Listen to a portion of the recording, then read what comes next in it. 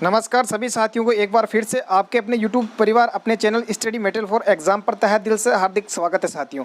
तो मैं आपको बिना टाइम वेस्ट किए मैं सबसे पहले आपको बता देता हूं जो मुख्यमंत्री अनुप्रति कोचिंग योजना से संबंधित जो भी आपके अनेक डाउट आ रहे हैं भाई, कई प्रकार के दिमाग में क्वेश्चन बन रहे हैं। अब क्वेश्चन छोटे बहुत क्वेश्चन हैं, मैं आपको ये आप समझ रहे हो कि इस पर इतने क्वेश्चन बस समा गए हैं, इसलिए मैंने इतने लेके आए। बाकी क्वेश्चन बहुत है कि सर जैसे मैं एग्जाम्पल दे के बता देता हूँ कि कौन कौन आवेदन कर सकता है, उसका भी मैं सोल्यूशन दूंगा हर वीडियो में। हर मेरे जो वीडियो के अंदर मैंने बता दिया मुख्यमंत्री अनुप्रति कोचिंग योजना ऑलरेडी 2021-22 में निकल चुकी थी। उसमें मैंने कम से कम 10-12 से वीडियो बनाए थे, अलग से प्लेलिस्ट बनी हुई है, बताए थे। लेकिन फिर भी आज मैं विस्तार से इसमें सॉल्यूशन करने वाला हूँ। किसको लाभ मिलेगा और कब तक मिलेगा मैंने बता दिया ऑलरेडी, आज और बताऊँगा, आराम से सिंपल तरीके से बताऊँगा। प्रोफाइल सबमिट क्यों नहीं हो रही है, ये भी कईयों की समस्या आ रही है। दूसरी चीज़ और उसमें बता दें SMS ओपन भी क्यों नहीं हो रहा है, ठीक है। और पैसे मिलेंगे तो किसको मिलेंगे, हॉस्टल की व्यवस्था किसको मिलेंगी, हमारे अकाउंट में आएंगे पैसे या उनके जाएंगे, या किसी ने आवेदन एक बार कर दिया क्या दोबारा आवेदन कर सकता है क्या, प्रोफाइल अपडेट मांग रहा है नहीं मांग रहा है, इन ऐसे जो कई प्रकार से मेरे पास क्वेश्चन आए हैं। बस मैं उसी सभी क्वेश्चनों को सम्मिलित करके एक वीडियो बना रहा हूं जिसमें आपके सब क्वेश्चन के डाउट क्लियर हो जाएंगे। उसके बावजूद भी अगर आपके दिमाग में कुछ क्वेश्चन चल रहा है मुख्यमंत्री अनुप्रति कोचिंग योजना से संबंधित तो कमेंट में ज़रूर लिखिए, मैं उसका सॉल्यूशन कोड करने की कोशिश करूंगा। आशा करता हूं आपके समझ में आ जाएगा। अगर चैनल पर पहली बार विजिट कर रहे हो तो सब्सक्राइब कीजिए, पास में जो बेल आइकन घंटी है उसको क्लिक कीजिए ताकि आगामी जो भी भर्ती हो, जो भी नोटिफिकेशन हो, उसका सबसे पहले ऑफिशियल जानकारी का नोटिफिकेशन आपको मिल सके। और गवर्नमेंट क्लासेज के लिए उसमें राजस्थान जीके की बेस्ट क्लासेज चल रही है, आप आराम से देख सकते हो। तो सबसे पहले मैं बात कर देता हूँ कि एक चीज़ आराम से कि आवेदन कौन कौन कर सकता। तो जो वीडियो है थोड़ा सा लंबा जाएगा, बस आप बिना स्किप किए आराम से बिल्कुल देख के मैं आशा करता हूँ पूरा समझ में आ जाएगा, आपके किसी प्रकार का डाउट न रहेगा। मेरे पास कई 4 कमेंट आए थे साथियों, उसी की बदौलत मैं अब उसको वीडियो को थोड़ा आराम से लेके डीपली पूरा समझाऊंगा ताकि एक भी जो पॉइंट है वो मुख्यमंत्री अनुप्रति कोचिंग योजना का जो पीछे न छूटे। तो सबसे पहले ये देखिए पहली अपडेट, यहाँ पर देखिए सबसे पहली अपडेट मुख्यमंत्री अनुप्रति कोचिंग योजना 2022-23 में आवेदन कौन कर सकते हैं। अब भाई आवेदन वही कर सकते हैं जिनको कंपटीशन एग्जाम की तैयारी करनी है। अब ठीक है, तो तैयारी करनी है तो न्यूनतम योग्यता कुछ ना कुछ चाहिए और कुछ ना कुछ न्यूनतम योग्यता होनी क्या चाहिए। तो मैं बता देता हूँ आपको सबसे पहले कि राशि भी कितनी मिलेगी, किसको मिलने वाली है। तो सबसे पहले देखो, आप अगर UPSC की तैयारी कर रहे हो तो आपको मिनिमम 50 से 75 हज़ार रुपये तक की आर्थिक सहायता मिलेगी। आपको नहीं मिलेगी, वो कोचिंग वालों को मिलेगी। आपको बस उस कोचिंग में अगर आपका नंबर आ गया है तब कोचिंग वालों को मिलेगी, ये भी ध्यान में सुन लेना। अब योग्यता आपके 12वीं के अंदर 60 से 76% होंगे न्यूनतम, ठीक है। मैं मिनिमम बता रहा हूँ, आपके यहाँ पर न्यूनतम 60 से 76% अंक होने चाहिए। लेकिन नंबर कब आएगा, आपके अधिकतम जो प्रतिशत है अंक है 10वीं और 12वीं के, उनकी मेरिट निकलेगी, उसके आधार पर आपका चयन होगा। समझ रहे हो आप मेरी बात, बिल्कुल। दूसरी बात करें RS के लिए 40 से 50 हज़ार रुपये की आर्थिक सहायता मिलेगी। और परसेंटेज की बात करें तो 56 से 66% आपके जो 12th में होने चाहिए, ठीक है। सब इंस्पेक्टर की बात करें तो उसमें 10 हज़ार रुपये की आर्थिक सहायता मिलने वाली है। और 12वीं और स्नातक होना चाहिए, आपकी ग्रेजुएशन होनी चाहिए। कांस्टेबल की बात करें तो 10 हज़ार की आर्थिक सहायता मिलेगी और वहीं न्यूनतम 10वीं के अंदर 50% अंक होने चाहिए। IIT JEE नीट की बात करें तो 55 से 70 हज़ार रुपये तक की आर्थिक सहायता मिलने वाली है। और उसमें बात करें तो 60 से 70% होने चाहिए आपके 10वीं के अंदर, समझ रहे हो। उसके बाद में कलेक्ट की अगर आप तैयारी करना चाहते हो तो 25 से लगा के आपके 40 हज़ार रुपये तक की आर्थिक सहायता मिलने वाली है। और उसमें आपके जो 50 से 60% 10वीं में होने चाहिए मिनिमम। चयन कितने का आधार पे होगा, तो आराम से सुन लेना, चयन होगा अधिकतम जिसके हाईएस्ट परसेंटेज हैं 10वीं के अंदर, तो उन्हीं परसेंटेज के आधार पे इस योजना का चयन होगा। डॉक्यूमेंट क्या चाहिए, तो वीडियो लास्ट में मैं डॉक्यूमेंट के बारे में भी बताऊंगा, कंप्लीट डॉक्यूमेंट क्या क्या चाहिए और किस हिसाब से चाहिए, फॉर्म भी कैसे भरते हैं, तो सबसे वही चीज़ मैं बताऊँगा। अब मैं चीज़ आपको सबसे पहले ये बता देता हूँ कि सर कि प्रोफाइल सबमिट क्यों नहीं हो रही है। तो भाई देखो, सबसे पहले प्रोफाइल सबमिट नहीं हो रही है, उसका एक कारण हो सकता है अगर आपने पहले आवेदन कर दिया है 2021 और 22 में, तो 2021 और 22 में आपने आवेदन कर दिया है तो आप इस बार आवेदन नहीं कर सकते हो, चाहे आपका इस योजना में नंबर आया हो लास्ट ईयर, चाहे नहीं आया हुआ हो। समझ रहे हो मेरी बात कि नहीं समझे, ठीक है। अगर आपने 2021 में आवेदन किया है, वहाँ पर आपका नंबर आ गया तो भी आप इसमें आवेदन नहीं कर सकते हो। अगर आपका वहाँ पर नंबर नहीं आया तो भी आप आवेदन नहीं कर सकते हो। एक बार आवेदन होता है इसमें ओनली, मात्र, ठीक है ना। चाहे आप कभी भी करो। ये मैं अपने अनुसार नहीं कह रहा हूँ, मैंने SJMS पोर्टल यानी SJI से बात करके अभी कस्टमर से, और फिर मैंने ये पूरी डिटेल निकाली साथियों। अगर आपको विश्वास नहीं हो रहा तो आप नंबर नोट करो, मैं नंबर बता देता हूँ आपको, और उसी नंबर पर आप बात कर लेना 1800 ठीक है, और आगे नंबर है 6127, इस पे हेल्पलाइन नंबर है SJI का। किसके? SJI पे आप बात कर सकते हो उनसे, ठीक है। समझ रहे हो? ये बात आपको क्लियर हो गई कि प्रोफाइल सबमिट क्यों नहीं हो रही है और क्या आवेदन कर सकते हैं, या प्रोफाइल ऑलरेडी एग्जिट बता रहा है। तो उसमें यही दिक्कत है कि इसमें ओनली मात्र और मात्र एक बार आवेदन कर सकता है, चाहे कितनी बार करो, ठीक है ना। समझ रहे हो ये बात? दूसरी चीज़, कौन कौन आवेदन कर सकता है, तो मैंने बता दिया कौन कौन आवेदन कर सकता है। SJMS ओपन क्यों हो रहा है? तो भाई सर्वर की वजह से ज़्यादा अभी आपको पता है लोड ले रहा है, और अभी हाल ही में बहुत ट्रेंडिंग में चल रहा है, तो इसलिए ज़्यादा आवेदन आ रहे हैं, इसलिए ओपन नहीं होगा। आप आराम से रिफ्रेश करके वापस ओपन कर सकते हो। पैसे किसको मिलेंगे, दूसरा क्वेश्चन था ये, तो इसमें ध्यान रखना पैसे उसी को मिलेंगे जैसे सपोज आपका नंबर आ गया, मैं एग्जांपल देकर बता देता हूँ, ठीक है। तो किसी बंदे का नंबर आ गया इसी जैसे उत्कर्ष क्लासेज जोधपुर के अंदर, तो आपको उस जोधपुर क्लासेज में नंबर आ गया तो वहाँ पर एडमिशन लेना पड़ेगा, ठीक है, वहाँ पर कोचिंग ज्वाइन करनी पड़ेगी। अब वो जो गवर्नमेंट है वो कोचिंग वाले को पैसे देगी, ठीक है।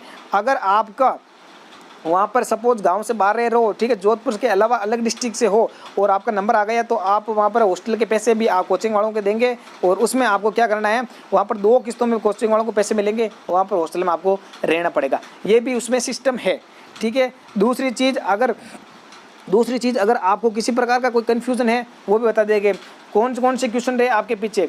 डॉक्यूमेंट की बात करूं तो एक छोटा सा वीडियो मैं इसके लास्ट में पिन कर रहा हूं, उसको देख लिया आराम से। डॉक्यूमेंट, उसमें सारे डॉक्यूमेंट यानी आपके मेन बता देता हूं आपको, जन आधार, जो आय प्रमाण पत्र और मूल निवास, ये तीनों होने चाहिए। तीनों जन आधार से अपडेट होने चाहिए, जन आधार से जुड़े होने चाहिए, तब आपका आवेदन किया जाएगा। समझ रहे हो मेरी बात? और इसी प्रकार अगर कोई डाउट है तो मेरे को कमेंट करो, मैं आपको पूरा सॉल्यूशन मिला दूंगा। आशा करता हूँ ये पूरा वीडियो समझ में आ गया होगा। और देखिए डॉक्यूमेंट वाला वीडियो पूरा। इसके अंदर पात्रता क्या है, मतलब आवेदन कौन कर सकता है, एक नंबर चीज तो आवेदन सबसे पहले आप राजस्थान के मूल निवासी होने चाहिए।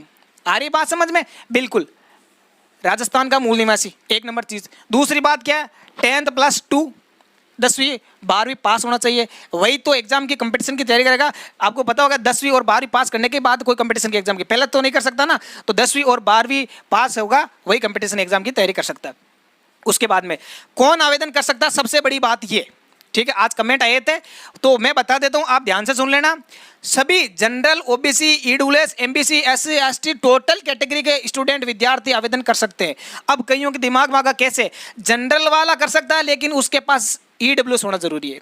ओबीसी वाला कर सकता है लेकिन ओबीसी का कास्ट सर्टिफिकेट है ना, वो होना चाहिए, जाति प्रमाण पत्र, ठीक है। एमबीसी वाला कर सकता है, एससी वाला कर सकता है, एसटी वाले कर सकते हैं। ये अभ्यर्थी इसमें ऑनलाइन आवेदन कर सकते हैं। अब एक एपीएल और बीपीएल वाली समस्या आ रही थी, ठीक है, तो मैं बता दूं आपको कि इसके आधार पे पहले एक ऑफिशियल नोटिफिकेशन निकाला था 2-3 महीने पहले, तो उसमें यह बताया गया था कि इस योजना का जो लाभ है वो जो अपने कॉलेज के अंदर छात्रवृत्ति मिलती है उसके अकॉर्डिंग मिलेगा। तो छात्रवृत्ति की बात करें तो छात्रवृत्ति ओनली बीपीएल वालों को, एससी एसटी वालों को ही मिलती है, ठीक है ना। ओबीसी वालों को छात्रवृत्ति कम मिलती है, कई कॉलेजों में मिलती भी नहीं है, कई अलग अलग यूनिवर्सिटियों के अलग अलग आधार पे उस अकॉर्डिंग मान रखा था इसमें कि ओनली ये बीपीएल वाले होंगे। लेकिन अब आपका डाउट मैं क्लियर कर देता हूं कि कोई एपीएल और कोई बीपीएल किसी का भी नहीं, सभी का होगा इसमें आवेदन, ठीक है। EWS, OBC, MBC, ST, ST, SC वाले सब इसमें ऑनलाइन आवेदन कर सकते हैं। बस आप तो ऑनलाइन आवेदन करने जरूरी। और मतलब आवेदन कैसे करें, एसएसओ के माध्यम से कर ले, इमेतर से आपको संपूर्ण डिटेल मिल जाएगी। उसके बाद में आय की बात करें कि आय तो आय 8 लाख से कम है, जिनके पेरेंट्स की वार्षिक आय 8 लाख से कम है वही आवेदन कर सकेंगे। दूसरी चीज, सरकारी नौकरी में नहीं होना चाहिए, ठीक है। कई सोच रहे होंगे कि मैं ऑलरेडी कांस्टेबल में, राजस्थान पुलिस कांस्टेबल में लगा हूं और सर मैं एसआई की तैयारी करना चाहता हूं, क्या मैं इस योजना के आवेदन कर सकता हूं? बिल्कुल नहीं कर सकते। आप गवर्नमेंट नौकरी में मतलब हो, ठीक है, आप कार्यरत हो यहाँ पर गवर्नमेंट नौकरी में, तो इस योजना का आप लाभ नहीं ले सकते, ठीक है, आ गई बात समझ में। मूल निवास होना चाहिए, 10वीं 12वीं पास, ईडब्ल्यूएस ओबीसी कोई भी आवेदन कर सकता है, कोई एपीएल बीपीएल का नहीं है, एपीएल वाला भी कर सकता है, बीपीएल वाला भी कर सकता है, कोई समस्या नहीं है। आय 8 लाख से कम होनी चाहिए, सरकारी नौकरी में नहीं रहना चाहिए, ये तो इसमें आवेदन कर सकते हैं, एक नंबर चीज। दूसरी हम बात करते हैं सर आवेदन तो कर सकते हैं, हम कैसे करें। आवेदन करना आपको SSO ई मित्र पे जाना है, ई मित्र वाला कर देगा, उनको पता है कि छात्रवृत्ति का फॉर्म कैसे भरता है, वैसे का वैसा पूरा प्रोसेस है। SSO ID के माध्यम से इसमें ऑनलाइन आवेदन होंगे, और अगर वहां से नहीं होते तो SMS JE ये अपनी साइट है इसकी www. मैं आपके वीडियो पे डिस्क्रिप्शन में इसकी ऑफिशियल साइट दे दूंगा, ठीक है, वहां पे आप जाके ऑनलाइन आवेदन भी कर सकते हैं, ठीक है। ऑनलाइन आवेदन करेंगे लेकिन आवश्यक दस्तावेज क्या होंगे बता देता हूं। एक नंबर चीज, आधार कार्ड कंपलसरी, आधार कार्ड, 2 पासपोर्ट साइज फोटो, आपके सिग्नेचर, ये तो आपको सबको पता है कंपलसरी होते हैं। उसके अकॉर्डिंग मूल निवास होना चाहिए आपका, जाति प्रमाण पत्र होना चाहिए आपका, आय प्रमाण पत्र होना चाहिए। अब देखो एक चीज गौर से सुन लेना, मूल निवास, जाति प्रमाण पत्र, आय प्रमाण पत्र, इसके बगैर आपका फॉर्म बिल्कुल अप्लाई नहीं होगा। सुन लिया, ये तो बनवा ही लेना, फिक्स है। मूल, जाति, आय ये तो कंपलसरी चाहिए उसमें, ठीक है। अगर नहीं भी बनवाया है तो अभी तारीख 10 से स्टार्ट हुए 24 तारीख तक भरे जाएंगे, अभी टाइम है आपके पास। ई मित्र पे जाओ, जल्दी से मूल निवास, जाति, आय जल्दी से बना लो। उसमें 2 या 3 दिन का टाइम लगता है, और ज़्यादा टाइम लगने वाला है नहीं, तीनों में 2-3 दिन में टाइम लग जाता है, कहीं कहीं में तो 1 दिन में बना देते हैं, ठीक है। तो जल्दी से बना लो। उसके अकॉर्डिंग फिर आती है 10th, बात करें 10th + 12th की मार्कशीट होती है, वो इसमें चाहिएगी। फिर अन्य डिग्री, 10th 12th सपोज जो राजस्थान पुलिस कांस्टेबल की तैयारी करना चाहता है तो उसके लिए 10th + 2 काम आएगी। जो ग्राम सेवक अपने कहते हैं रीट वगैरह की ऐसे कुछ तैयार करता है तो इसके लिए अन्य रीट के लिए आपको बीएड वगैरह डिग्री चाहिएगी, SST की डिग्री चाहिए। ग्राम सेवक और पटवारी की तैयारी करोगे तो उसमें ग्रेजुएशन चाहिए, तो वो भी डिग्री इसमें काम आएगी।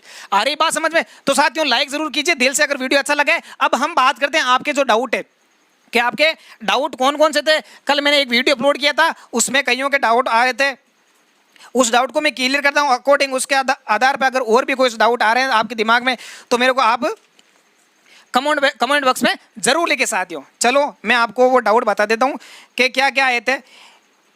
ये राजू का आया था कि सर मैं BA फाइनल ईयर में हूं और ग्राम सेवक की तैयारी करना चाहता हूं। बिल्कुल आप कर सकते हो, कोई समस्या नहीं, इसमें कोई इशू नहीं है। फिर सीमा बिश्नोई का एक आया कि इसका फॉर्म हर कोई कंपटीशन एग्जाम में तैयारी करने वाले भर सकते हैं। बिल्कुल मैंने बताया ना, आप UPSC RPSC अभी जो मैंने बताया इसकी PDF पे टेलीग्राम पे डाल दूंगा मैं, आराम से देख लेना आप। उसमें UPSC RPSC पे ग्रेड लेवल से 5 से लेकर 10 तक उसमें राज्य कर्मचारी बोर्ड से आधार पर है, रिटायर्ड, कलेक्ट है, इंजीनियरिंग है, उसमें मेडिकल है, उसके आधार पर आप अकॉर्डिंग भर सकते हो। लोकेश मीणा का कहना है कि सर मैं BA सेकेंड ईयर का हूँ, स्टूडेंट हूँ, OBC क्या मैं फिल कर सकता हूँ? बिल्कुल लोकेश जी आप कर सकते हो। OBC का वो APL BP वाला सिस्टम बिल्कुल खत्म हो गया, आपको दिमाग में डाउट कर लेना, क्योंकि मैंने एक ऑनलाइन आवेदन OBC वाला का भर के देख लिया, ठीक है, ऑनलाइन आवेदन चल रहा है उसका। उसके बाद में माही कह रहा है कि हाँ जैसे BSc B.Ed के साथ कोचिंग करना है उनके लिए एक चीज़ बता देता हूँ मैं आपको क्लियर, कि कईयों के दिमाग में आ रहा है कि सर मैं BA कर रहा हूँ और BSc कर रहा हूँ, रेगुलर हूँ और ITI कर रहा हूँ, कोई कॉलेज की डिग्री कर रहा हूँ, मेरा ये साथ में चल रहा है, BA B.Ed चल रहा है, BSc चल रहा है, जो भी है, मैं फर्स्ट ईयर में हूँ, सेकेंड ईयर में हूँ, मैं नॉन कॉलेज हूँ या प्राइवेट हूँ, रेगुलर हूँ, जो भी हूँ। तो मैं एक चीज़ कहता दूँ, अगर आप ये कर रहे हो साथ में, ठीक है, अकॉर्डिंग प्लस इसके साथ में आप कंपटीशन एग्जाम की तैयारी करना चाहते हो तो इसमें कोई इशू नहीं, आप भर सकते हो, वो आपकी डिग्री अलग चल रही है। जैसे आप BA फर्स्ट ईयर कर रहे हो, BA सेकेंड ईयर कर रहे हो और इधर कांस्टेबल की भर्ती आ रही है सामने, अगर आप भर्ती में आवेदन करना चाहते हो तो आप 10th पास 12th पास उसके अकॉर्डिंग आप एग्जाम तो दे सकते हो ना, आई बात समझ में? तो इसका मतलब जो इधर रेगुलर नियंत्रण अध्ययनरत है वो भी आवेदन कर सकते हैं, कोई इशू नहीं है अकॉर्डिंग। उसके बाद में आप लाइफ इज लोवाड़ा क्या कहता है कि हम BPL में नहीं है, हम इस योजना का लाभ नहीं ले सकते क्या? नहीं, बिल्कुल आप ले सकते हो, कोई इशू नहीं है। BPL आवेदन मतलब आप बता दिया, और कोई है नहीं इसमें। विकास कहता है इसमें कि मैंने IIT कॉलेज में एडमिशन ले रखा है, मैं इसका आवेदन कर सकता हूँ। बिल्कुल विकास जी कर सकते हो। और GK क्यूज वाला कहता है जनरल वाला भर सकता है, बिल्कुल जनरल वाला भर सकता है, EWS का आपको सर्टिफिकेट होना चाहिए। सीमा बिश्नोई लोकेश OBC है, जरूर भर सकते हैं, बिल्कुल। इसके अलावा और कमेंट क्या है कि सर मेरे 84 है, 86 है, अप्लाई कर सकता हूँ। अरे परसेंटेज के आधार पर ये चीज़ मैं आपको बताना चाहता हूँ कि अभी आवेदन हो गया, सब चीज़ हो गई, SSO पे आपने आवेदन कर दिया, 10th और 12th के जो मार्क के मतलब नंबर है, प्रतिशत है, उसके आधार पे इसका चयन करेगा। अब एक छोटा सा एग्जाम्पल देकर समझाता हूँ आपको धीरे से। कैसे? सपोज कोई भर्ती में आपको कैसे राजस्थान पुलिस के जैसे 5,000 पोस्ट निकली है, तो 5,000 के अंदर आपको पता है कि फार्म कितने भरेंगे।